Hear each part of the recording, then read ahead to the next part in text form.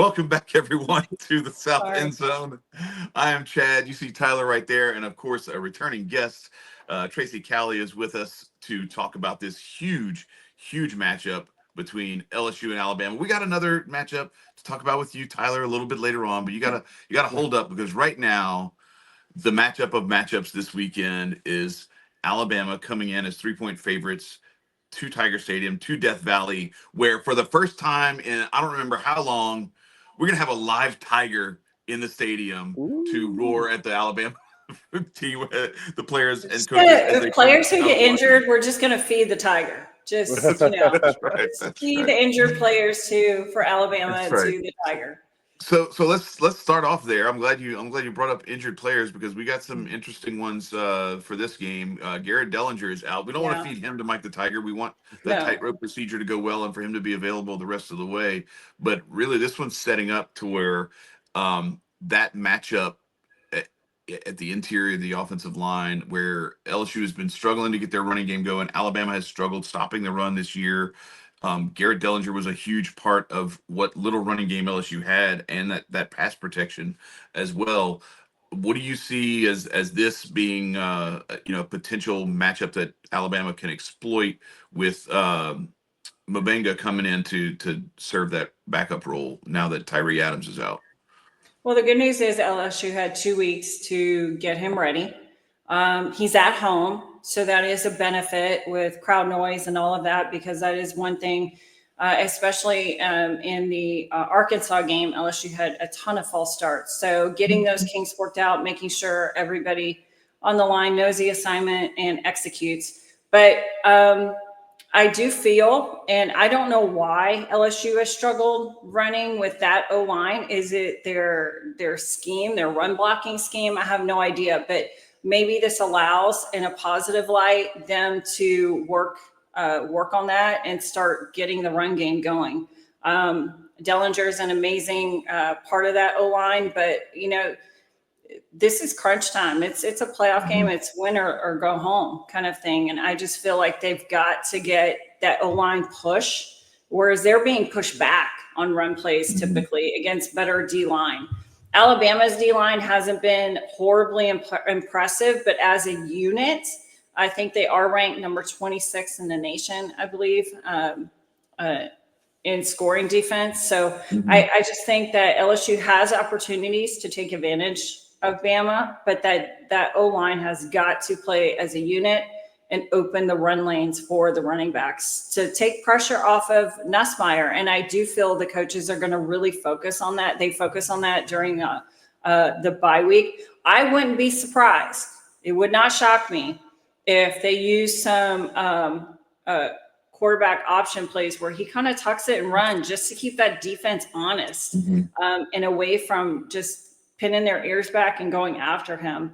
I feel there are things that have to be done to shake that up. They just seem like ho-hum in the second half against Aggie, and it imploded. It was one thing after another, and the whole team imploded.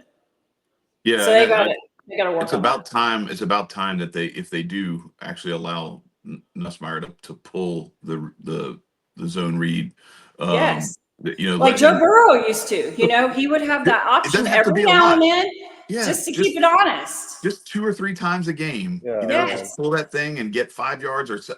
There's some plays, and even like we've talked about this. And look, I know you A&M fans are in the comments talking trash because you think you're good, because you won one time. Like this is always the bridesmaid, never the bride.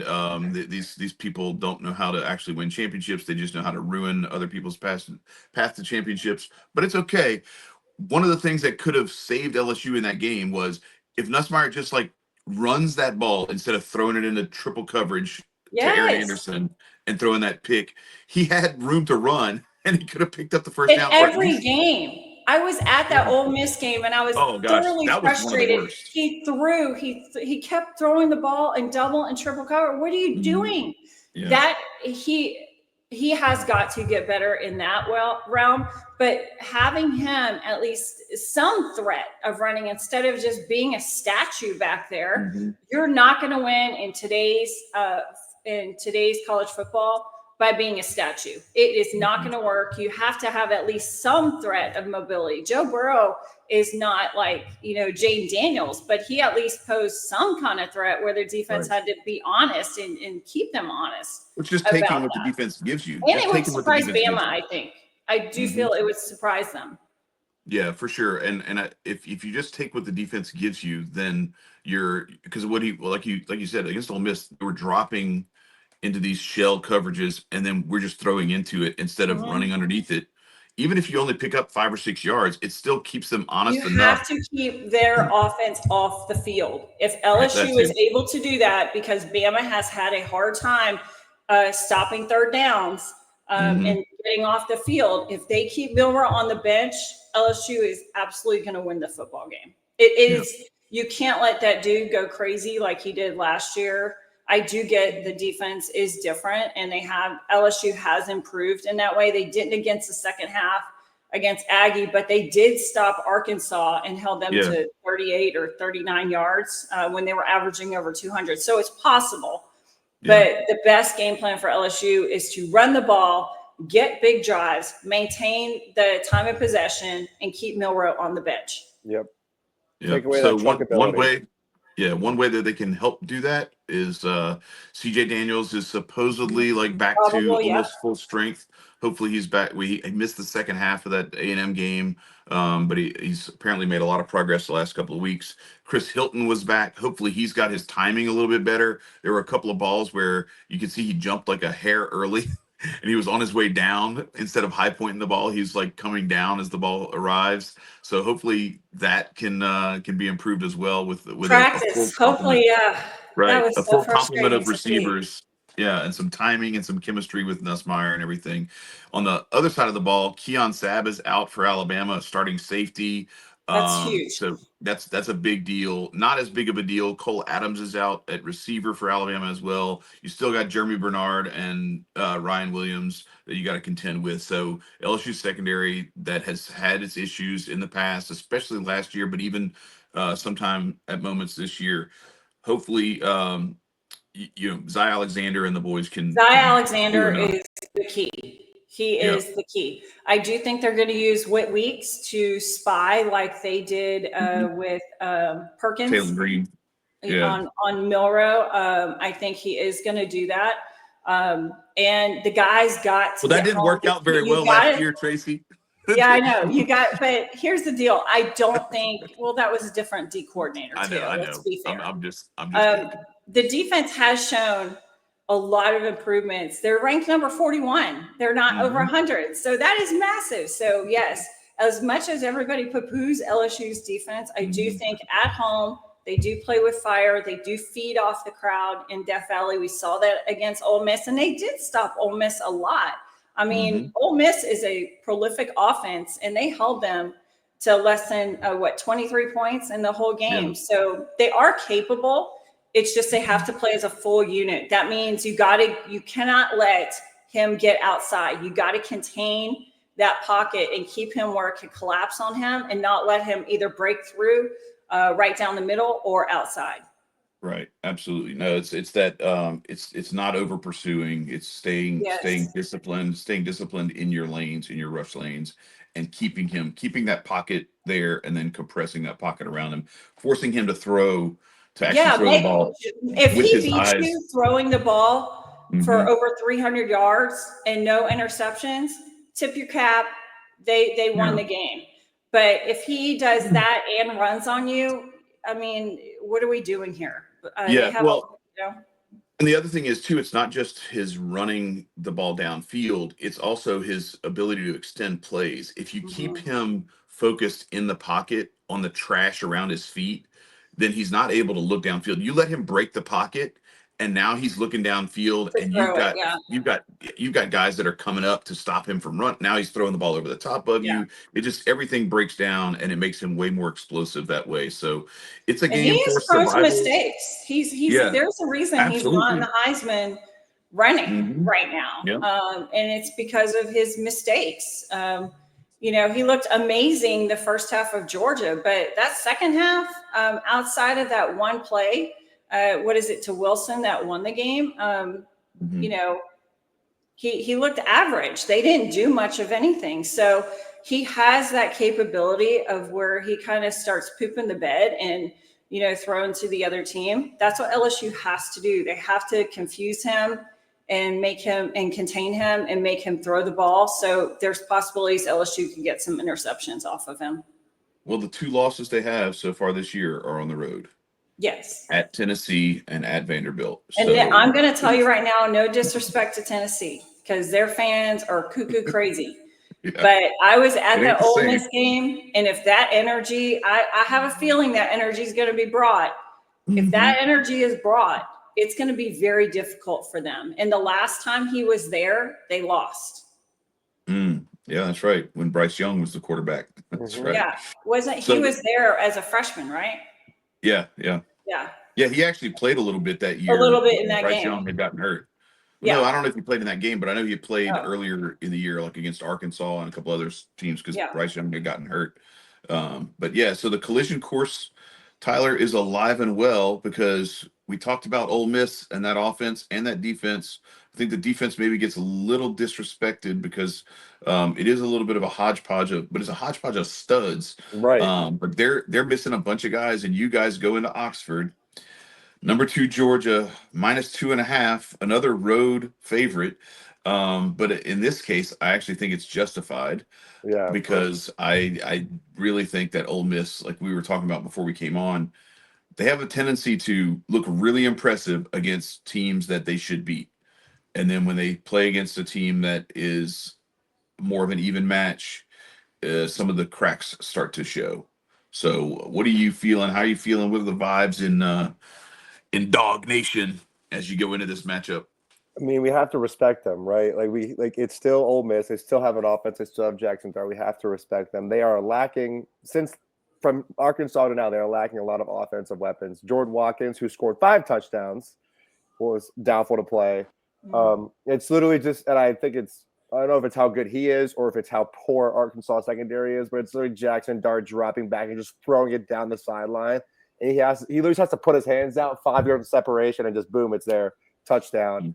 So there's that aspect of the game. I mean, Ole Miss's front seven, like you said, kind of disrespected even by me, like throughout the year. Like I have very much lacked the respect for Ole Miss's defense. I think we have to work to give Carson a clean pocket to throw from, because we've seen throughout the season when the pocket is collapsing around him, that's when bad stuff happens for him. And I think I think it's going to be a battle of secondary versus secondary, because we got to keep them from making chunk plays downfield.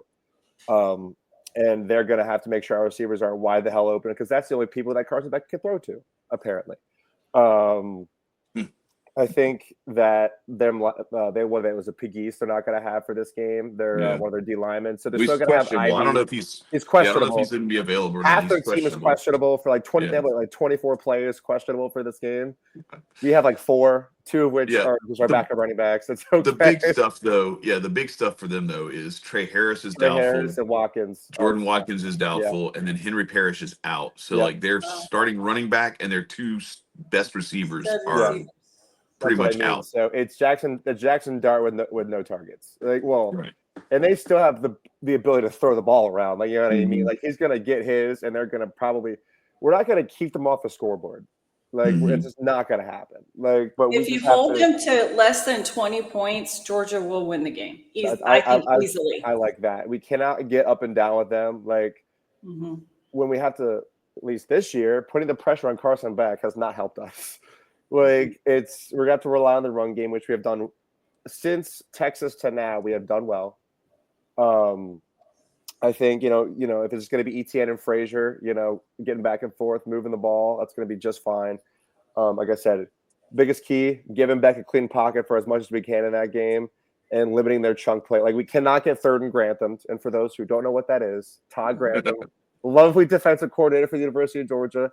We would bam, bam, bam, 2 stops, and then all of a sudden we're all looking back as the ball is being thrown over our heads, 30 yards downfield. Cannot have that. Dart we had third and Chavis. We know the feeling. So you get it. And Matt House. You get it. Well, Matt House, who was every down, though. I don't know. Third down was awful. You're like, okay, we're going to stop him. Nope. It's automatic on third down. Yeah. So we got to sure. we got to limit darts. Like I said, if without Trey Harris, not Jordan Watkins, we should eat. We got to let our boys up front, which we did so well against Texas, pin their ears back and go get the quarterback. Mm-hmm. Dart is not that mobile. He's not. He's an athletic guy, but he's not. He's not Taylon Green. He's not Jaden Daniels. He's not Jaden Daniels. He's not Jalen Milroe. Yeah. And that's the other thing I'm slightly worried about is like I'm looking at the film of Ole Miss against Arkansas. There was only 8 sacks, which I know sounds like when I'm saying only, it's because Ole Miss was in the Arkansas backfield so frequently. But they have 2 guys who can get out of the pocket and at least maybe not take a sack. Maybe it's just like, a 1-yard gain. Carson Beck can move. I wouldn't trust him to do what they can do. So he's just got, like I said, a clean Tracy, pocket. How many sacks did Ole Miss have against LSU? 0. That's right. It can be done. You just got to protect your quarterback. Listen, Tate Ratledge is getting. This is my thing about Beck. Keep it simple, stupid. Right. Don't make the kid read all this stuff. Keep it simple, quick throws, run the ball, keep their offense off the field, and Georgia will easily win that game. That's it. Anytime he gets flustered, he is going to make mistakes. And, he's proven that. So if I'm Kirby Smart, I go to my offensive coordinator and as much as possible, keep it quick, get the ball out quick, and don't let that pass rush get to him. And then it's going to be a lot like LSU, even though LSU chunked the ball down the field during the Ole Miss game, which I'll never understand why they did that so much. But if he does that, he'll do well because they do have some players on the back end that are athletic and they can cause a little havoc. So I just think with all their injuries, I just think that's a doomsday scenario for them. He has tremendous chemistry with Harris, and I just think that him not in the game is really going to mess with, especially that D-line. I mean, come on, look what they did to Texas. They made Texas look completely pedestrian. If our defensive line and our linebacking core can keep doing what they're doing and pin their ears back and wreak havoc in the backfield, we will be fine. Like, I don't care how well Beck plays, we will be fine because we will be eating Jackson Dart's lunch all game long. Yeah. And that's been the bread and butter when we won national championships is pin your ears back and wait for the offense to figure it out. So that's going to be what it's going to have to be until otherwise we see better from Carson Beck. That's kind of where we're at. But I like the way we look. Especially given Ole Miss's injuries. I think we can take care of business here at Oxford. Yeah, for sure. So another team that scheduled their bye week poorly, besides Ole Miss, because they scheduled their bye week for right after they lost to LSU. Texas A&M has a bye week right after they lost to South Carolina in Williams-Brice Stadium. It is such a true statement. And they are still Texas 8-4 until proven otherwise. I will not be surprised at all if they lose to Auburn and Texas down the stretch and finish that 8-4 season just like we predicted, even when they were 7-1 or whatever it was.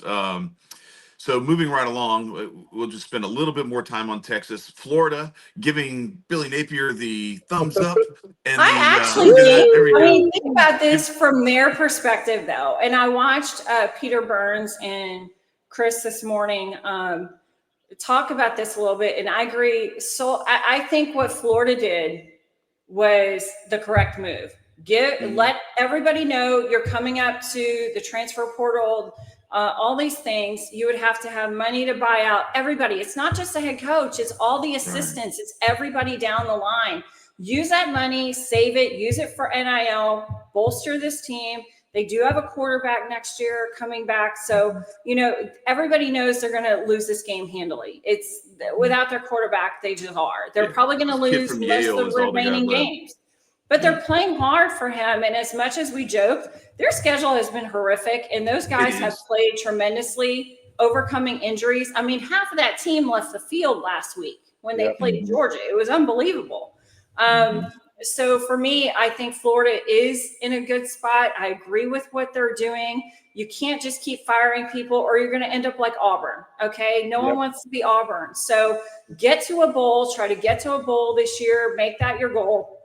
And then try to pick off some players using NIL money in the transfer portal and grow the program that way. I think it's smart. I know people may disagree, but the team loves Coach Napier, and you can see that because they're playing hard for him despite everything going on. And I've honestly been impressed with how well they have fared with this schedule, because I really was thinking they were going to possibly lose 8 or 9 games this year because hardest of that schedule in the SEC. And In the losing both of his country, quarterbacks. I think in the country.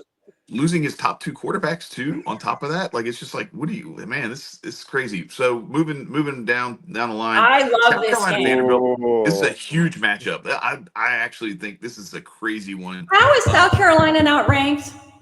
I don't know. How are they not ranked? It's because of the early losses in the year, and now they're having to like dig their way back through to get back. But to me, isn't rankings about what you're doing now, like what you're showing now? And I just think the way they absolutely that score didn't even do it justice. They literally these people are retarded. A&M's pants. These people are idiots that vote for this stuff, because South Carolina or Vanderbilt went and played Texas to like a 1-possession game where they're an onside kick away from possibly winning that game, and they get bounced out of the top 25 for that. Like, what the hell are they supposed to do? I don't know. It's like, do your rankings mean anything? But yeah, that's a great one to watch. I'm really interested in that one. I actually don't know how to call that one, because I like both of those I teams. have an opinion. I think South Carolina is going to handle business, because if you look at the way Vandy played, yeah, they won that game, but their quarterback and running back are banged up. Dude, and against that D-line, whoo, Lord help that poor kid. He's going to be Kennard hunted. and Stewart. It's going to be a rough day, I feel, for that Vandy offense.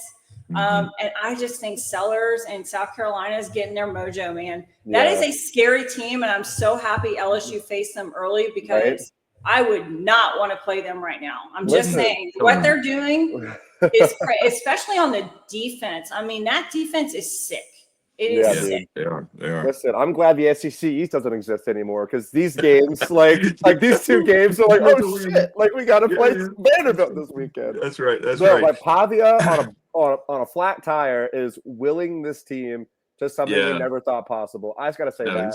Shout out to both of these teams for being so lovable in the SEC and getting should it be Alabama? Both of these, Vanderbilt beat Alabama. Should it be? South Carolina. Yes, South Carolina gave it away. Shout out to both these teams. I like that game a lot.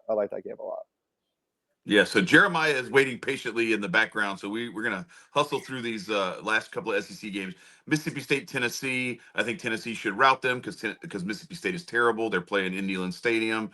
And that I'm hoping they do, because every time Mississippi State loses, that makes everybody who isn't LSU's record, everybody who played Mississippi State, it makes their conference opponent's record worse, and that's one of the tiebreakers as we get to title time for the SEC. Oklahoma, Missouri. Who wants to lose this game the most? We will find out. It's about as trash as the slate outside of the SEC, because it's terrible. But thank goodness we had a good one last week. Jeremiah, let me switch you, because Tracy's going to be in the LSU spot.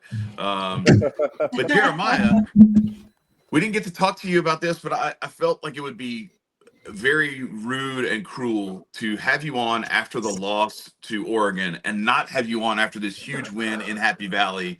How are you feeling? Even though James Franklin choked it away, you still got the job done. Do you give Ryan Day credit for winning a big game, or do you just say, no, James Franklin is just worse? Well, I mean, if you know anything about Ohio State fans, besides maybe Drew, we are probably outside of the Cleveland Browns, the most self-hating fan base in the country. So, no, I don't think Penn State was a true top 5 team. I really don't. I felt better about the way the O-line and the D-line played for sure. But that has to carry over. If that's a flash in the pan, this Ohio State team deserves nothing that they get. But we'll see. We have 4 games left. And if we see this O-line and this D-line play like they did against Penn State, I do have hope. But I'm up in the air, man. I'm up in the air. So, the dogs are barking. Does that mean Michigan's going to beat Indiana? The 2 toughest games you have the rest of the way those teams are facing each other this weekend. Jeremiah, what do you think about Michigan going into Indiana and trying to take on the Hoosiers, who are undefeated and 14-point favorites at home? Dude, I think you were right when we spoke a couple weeks ago. I think Indiana is legit. So we'll see what happens. I fully expect Indiana to beat Michigan. I don't know about covering that spread, but I They've been do beating the hell out They of might. everybody so far, so I They wouldn't be might. surprised. That's true, but They have a Michigan's way of bad this uglying year. things up. They Yeah. have a Yeah, defense. but They have they no offense. correct. They can ugly things up. Mhm. Indiana, I mean, looking at their schedule, you're still, they're beating teams up, and I mean, they're beating teams up that good teams like Ohio State and Oregon and Michigan are supposed to beat up. When But aren't Michigan's at the beating top of up. their game, Like but aren't, yeah. And Indiana's doing what they never do. Like it's probably been since the 1980s since Indiana has been this good. And if they have one loss, if Indiana escapes with one loss, there's no reason they should be left out of the college football playoff. Yeah, so we're going to get into some college football discussion here in just a moment, but I want to just run through a few more interesting games. We got Iowa State 3-point favorites on the road at Kansas. Kansas played a little bit better of late, gave Kansas State all they could handle, but then Kansas State loses to Houston. So I don't know. Apparently I'm wrong about Avery Johnson and Kansas State because I thought they were actually like a legit threat. They don't seem to be. Then we got Army, North Texas. Don't sleep on North Texas in this game. I know everybody's like wanting to see Army go undefeated and make it to the playoff, and not Army. You think Indiana hasn't played anybody? You think Miami hasn't played anybody? Army really hasn't played anybody. And all due respect, like we love the all the armed forces schools, all the the service schools, but I'm just calling football, and I don't think it's a nice little Cinderella story, but I don't think Army's got it, and I think North Texas actually might have what it takes to knock them off this weekend.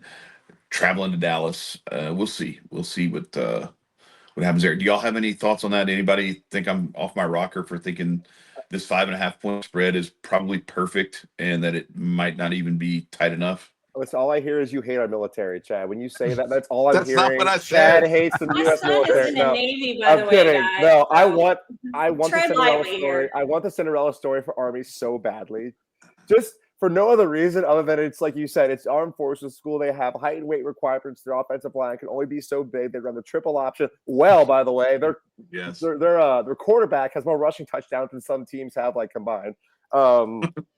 Like it's for the story. If they get upset, oh well. I think that this is gonna be one of the best Army Navy games we've had in a long time coming up later in the year. But I'm all for the Cinderella story. But so go ahead, Jeremiah. Don't forget Army is still got to play Notre Dame. That's also true. Yeah. That's also very true. That's going to be a great game. If Army can stay undefeated up until that point, that's going to be and Navy. Game. They still have to play Navy. That's very true. Listen, and we thought, I guess it's still possible that they could play Navy twice.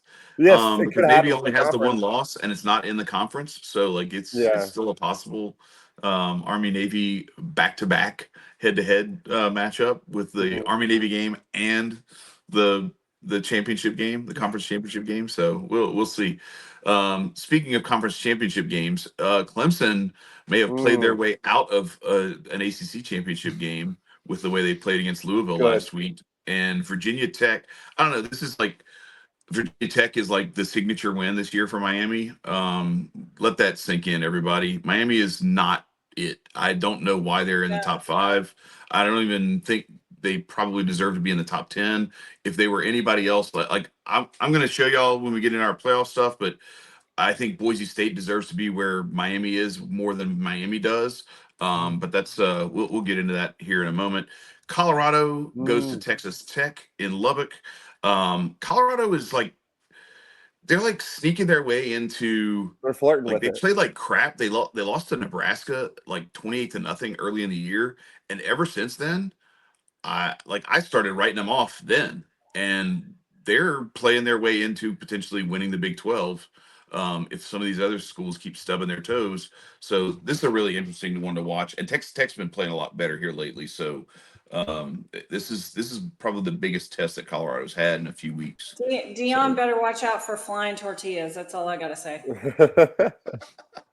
I don't know. Oh yeah, okay. Now I remember what you're talking about. Yeah, they throw tortillas. I remember that. I Ridiculous. remember seeing that now. Now that you're saying, I'm always watching like on a quad box, and I'm like, what the hell are they throwing? Why is this sideline reporter Tortillas. throwing tortillas? Yeah, like now I get it. Makes no Okay. sense to me, but each their own.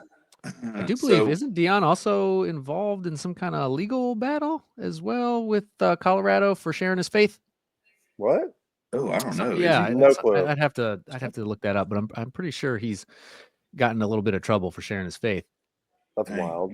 he's going to go It's the Mark crazy. Jackson route with the Warriors. They get fired. There could be a lot worse things in the world. I can Yeah, tell you that. facts. Tell me about it. Like, what the hell are we doing That's here? crazy. Oh my god! Listen, Travis Hunter Heisman campaign. I think like Shador Sanders is a good fucking quarterback. Like I know that he plays for Colorado. I know he has 0 offensive line, but Shador Sanders is a great quarterback. Like I like him a lot.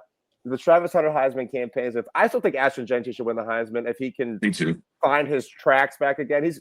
If you're flirting with Barry Sanders' all-time record, like come on, give me a break. Look, But they're think making that they teams have a pay chance for to win the loading Big up the 12. box. It's true. They're Boise State is just throwing for like But 900 yards and 8 bro. touchdowns every But game because they're everybody loading loaded 9 people up. Yeah, everybody loaded the box against Herschel fucking Walker. Like it is. You know what I mean? Like I think that. But regardless, I think that Colorado has a solid chance to win the Big 12 if things can fall their way.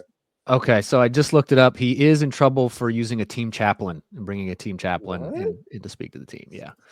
Ay. What do Team you? chaplain is Oh my like God. part of the. Is that part of the team? No. Like,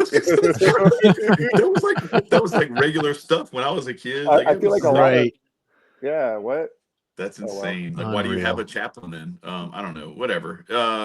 So Maryland goes to Eugene to take on the Ducks. I don't know why. Like, this is why I said the slate's trash outside the Trap SEC. game. There are like no games. Like there's like no real games. It's ugly outside of the SEC this week, and so it's Well, time this season to go it's been into. mostly SEC, and I would not be surprised. I mean, you guys are definitely getting 4 in. You probably deserve 5. If But you're there's definitely getting 5, 4. especially with the Big 12 eating each other, Mhm.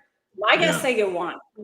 My guess they get 1, which opens the door for the SEC to get another team in. But we're doing the same thing too. Like the SEC is literally just cannibalizing itself. But like it's quickly. different though. The prestige is different. Oh well, and so for sure. You're going to hold a 3-loss SEC team in a different light than a 3. You're going to. No, I absolutely. mean, most of the 2-loss teams in the Big. I'm just 2-loss. Yeah, I don't know that the bias. committee puts a It is. 3-loss in. No, I don't think so. Let's maybe. Let's There get could be into with it all then. this cannibalization going on at all these conferences. Yeah, It's going to be a wild November. What we have, that's the thing, is it's going to be a wild November. We can pretty much expect it. Let's look at the first college football rankings for the playoff this year, and you can see we've got Oregon, Ohio State, Georgia, Miami, Texas, Penn State, then Tennessee, then Indiana, BYU. Finally, we get to Boise, or I'm sorry, no, we get to Notre Dame, then Alabama, then Boise State, and then SMU. So, like, I really think there's some of the stuff that I think Boise State got done dirty. I think SMU is kind of being done dirty here, but you already see a 2-loss Alabama team is up there at number 11.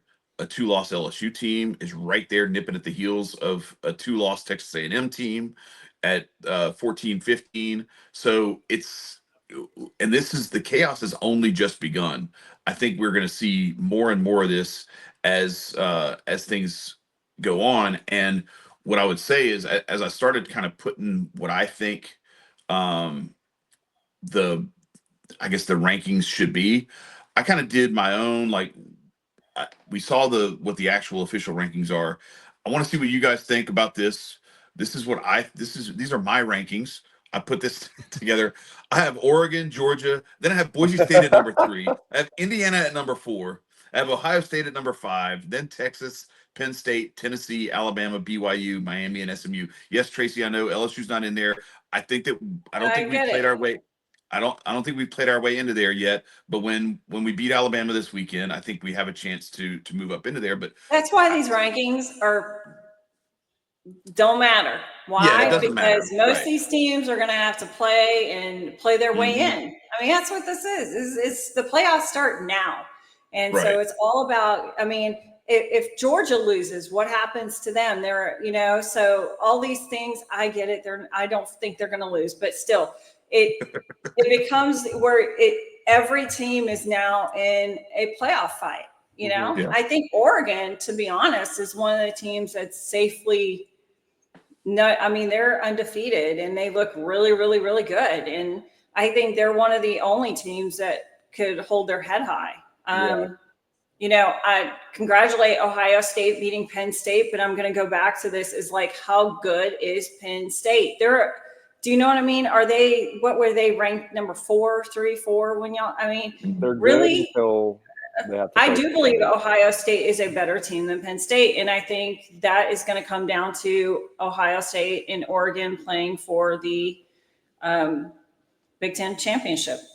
Yeah, so I also put together what I kind of expect, and this is one was my rankings, how I think it should be right now, and then I put this together, which is what I think is actually going to happen, outcomes wise. There's a little wishful thinking in here.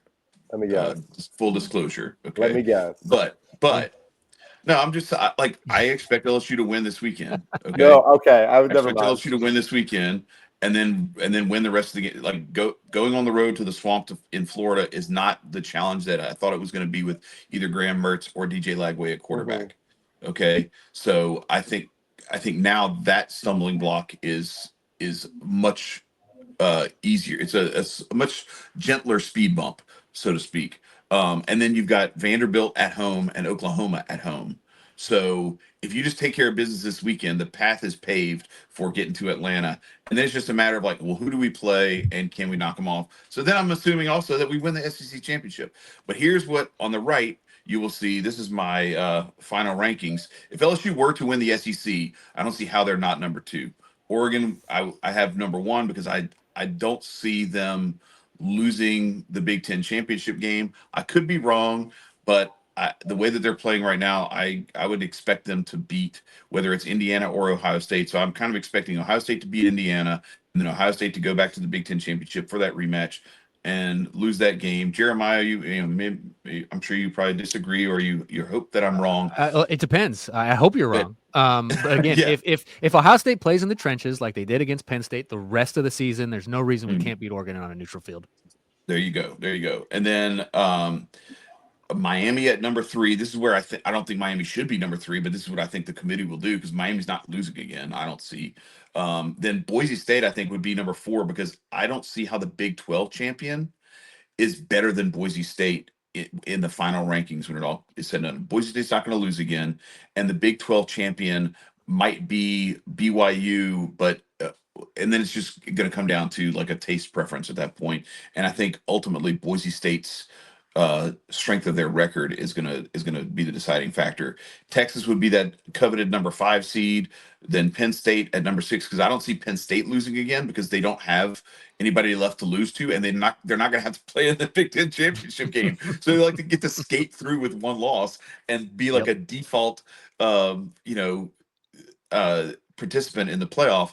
Then BYU, then I have Georgia who would lose the SEC championship game to LSU, then Notre Dame, then Tennessee, Ohio State, and Indiana. So what you see here, you got 4 SEC teams and 4 Big Ten teams, and I think that actually is how it could play out because, like I said, if you assume that either Indiana's only going to lose 1 game and then not go to the Big Ten championship, or they're going to go to the Big Ten championship and that's going to be their only loss, and that Penn State's not going to lose again because they don't have any more challenging match. That's 2 teams that are just about guaranteed to get in with 1 loss.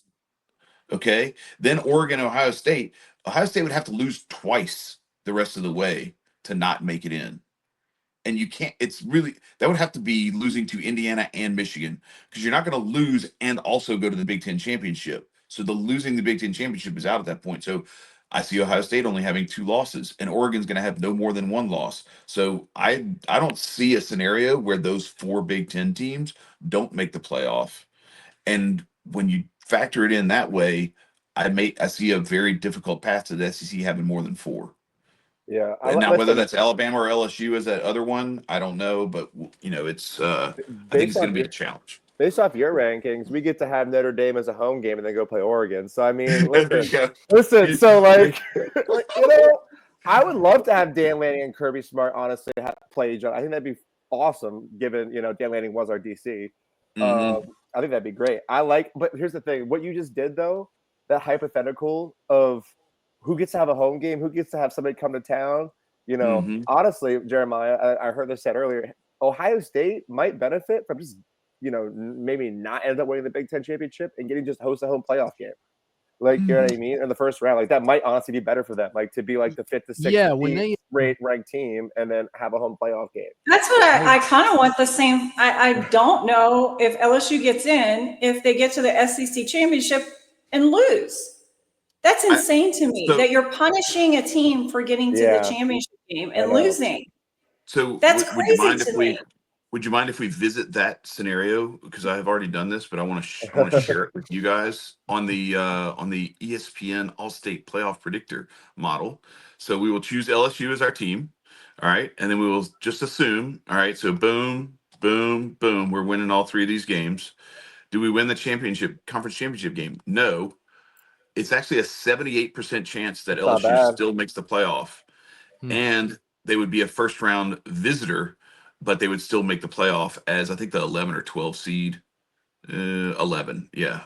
Oh, look at that. We make it all the way to lose to Ohio State in the national championship. Oh, wow. Jeremiah is happy now.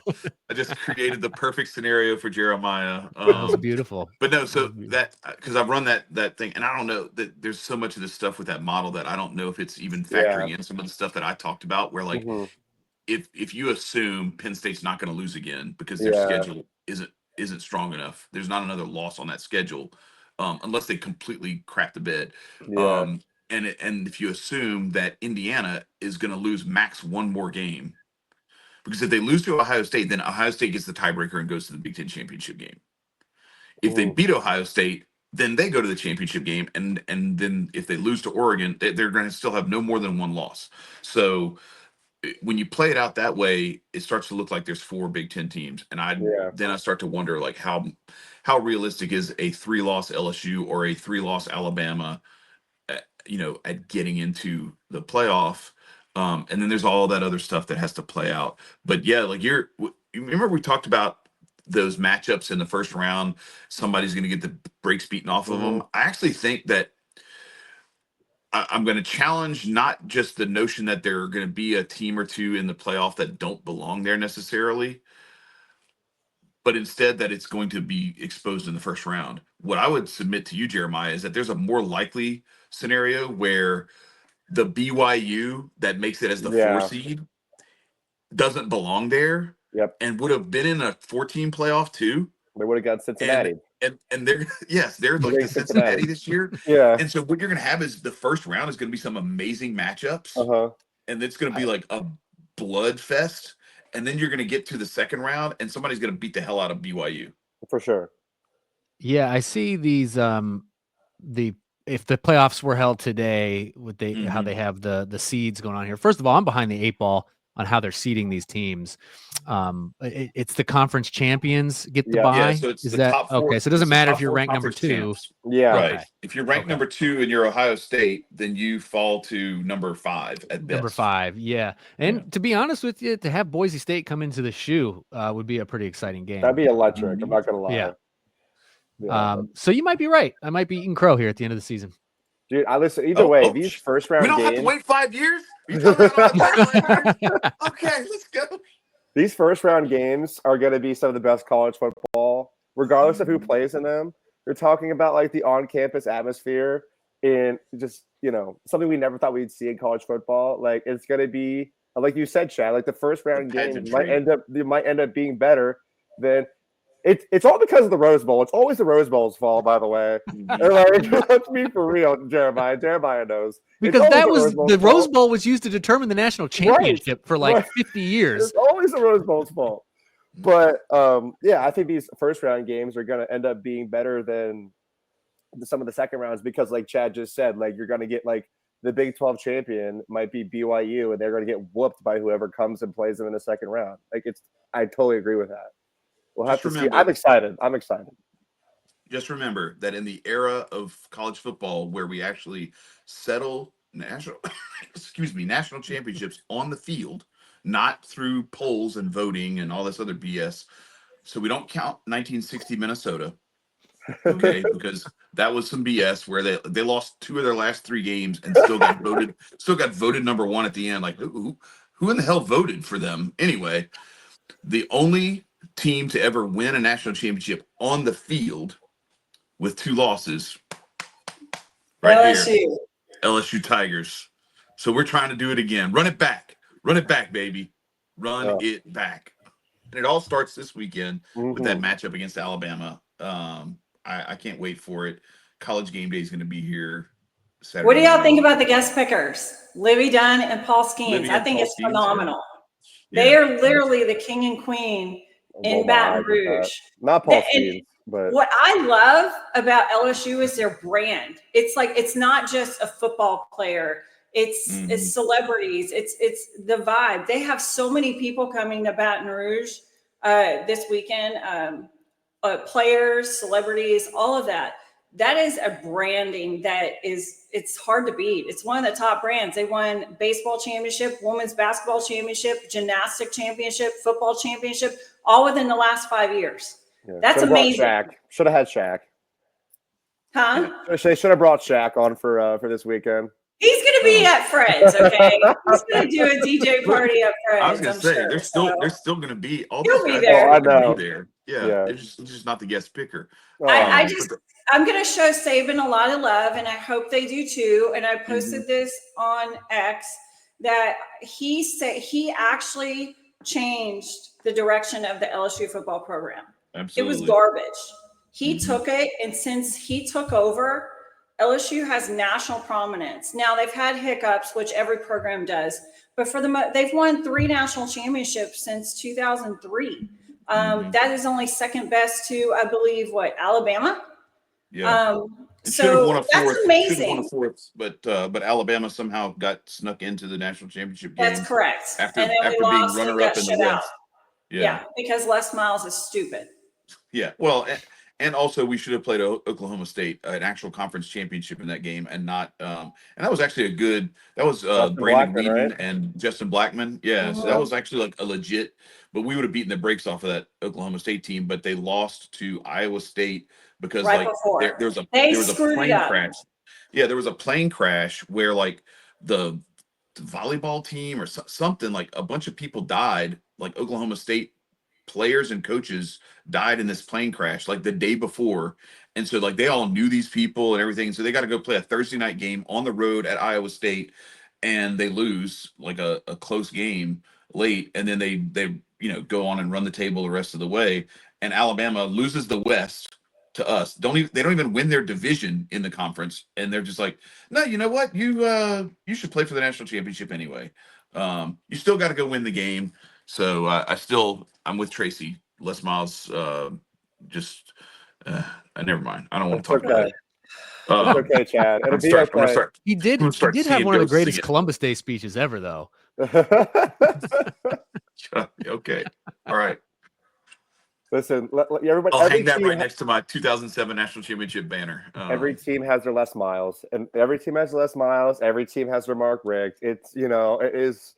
Every team has their Ryan Day. Alabama has theirs. It's Kalen DeBoer. That guy. What's funny is I was just thinking about this, and I would love to hear your opinion. Okay, so I don't think DeBoer is ever going to see an environment like he's going to see in Baton Rouge on Saturday night. That dude comes from the West Coast. No offense to any West Coasters. I think Oregon's an outlier, but they're little pansies. I'm sorry. When it comes to football and things like that, they're not rabid fans.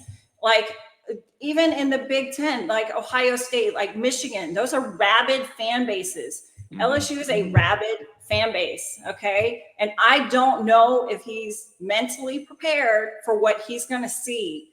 And yeah, he played at Tennessee. I'm just saying it's different. It's rated one of the hardest place to play in college football for a reason.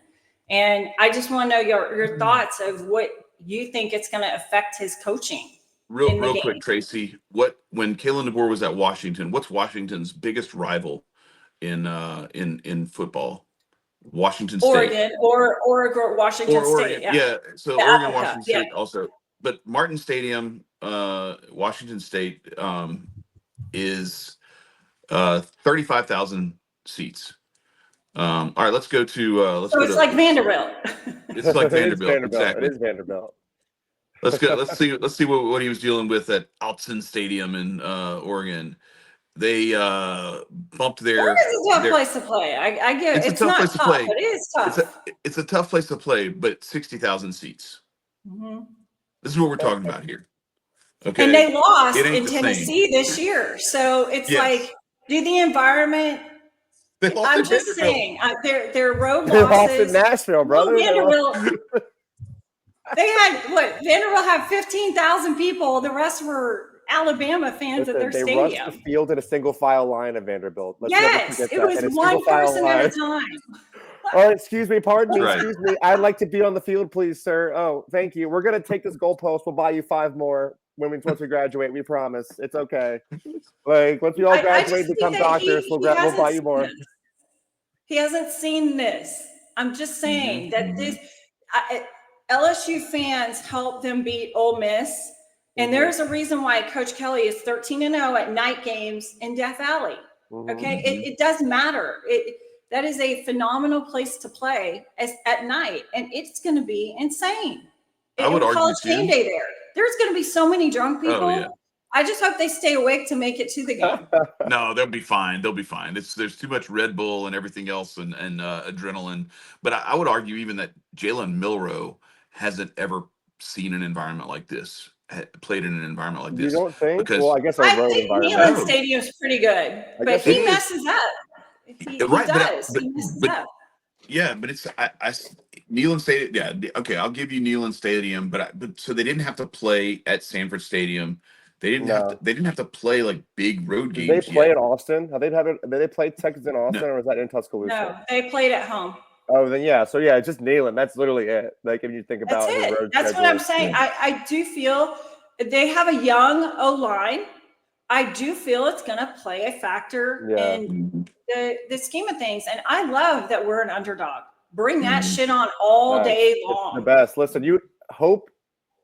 I always say, whenever College Game Day does Georgia games, I pray to God that Lee Corso puts the other team's head on every time. Every time. Oh, yeah. I'm sure Jeremiah feels the same way when they come to Columbus. You hope that he puts the other team's head on. Who's Nick Saban going to pick, though? I think he's probably going to say it's rat poison and pick. If he picks LSU, he's going to say it's for a reason. He's doing it to sabotage. Right. If he picks LSU, it's to fire up Alabama, and if it's Alabama, that's what's expected. Like he wins either way because he has a reason for both. Yeah. My biggest fear, though, is that College Game Day has a horrible record for the home team. I think it's like 2-9. Yeah. This year? It's bad. So far this Penn year, State lost. They were just there. I mean, look at the record. It's bad. I think one of the only teams that won was, we beat South Carolina. So the home team lost. But Oregon, I think Oregon was one of the 2 teams that held their ground. Cal lost. I mean, go look at their record. So it's like, honestly, I get why they're coming. I kind of wish they weren't coming because of their record. Hopefully LSU doesn't succumb to that stat. Yeah, Fun fact, the very first mascot head that he put on was Brutus Buckeye. Yeah, that's because that's shout out to Kirk Herbstreit, right? And also R.I.P. Ben Herbstreit, Kirk Herbstreit's dog. R.I.P. Oh, rest in peace, Ben. But because Kirk gave the Buckeye to Lee. That was like the whole thing, right? That started the whole. That's what I thought. Yeah. That's awesome. Listen, you guys take care of business. You will. Listen, know where Ryan Williams is on the field at all times and keep Jalen Milroe in the pocket. You'll be fine. I can guarantee it. Like, that's all you got to do. We couldn't tackle or catch. That's a whole other problem. But I'm already taking gummies, okay, people? This game has my nerves wrecked, okay? I don't drink a lot anymore because of the hangover, so I'm just going to be chill and just let it happen and watch, you know? Listen, I think y'all take care of – I think this whole show goes 3-0 this weekend. Let's get her done. Let's see it. Let's see it. Go. Let's see it happen. All right. Well, we appreciate everybody coming through. Don't forget to like, to share, and to subscribe. And as always, thanks to our guests, Jeremiah and Tracy, for coming through. We appreciate y'all, and wish everybody a happy weekend. For Tyler, I'm Chad. This is the South End Zone. We'll see y'all next time. Peace. Peace.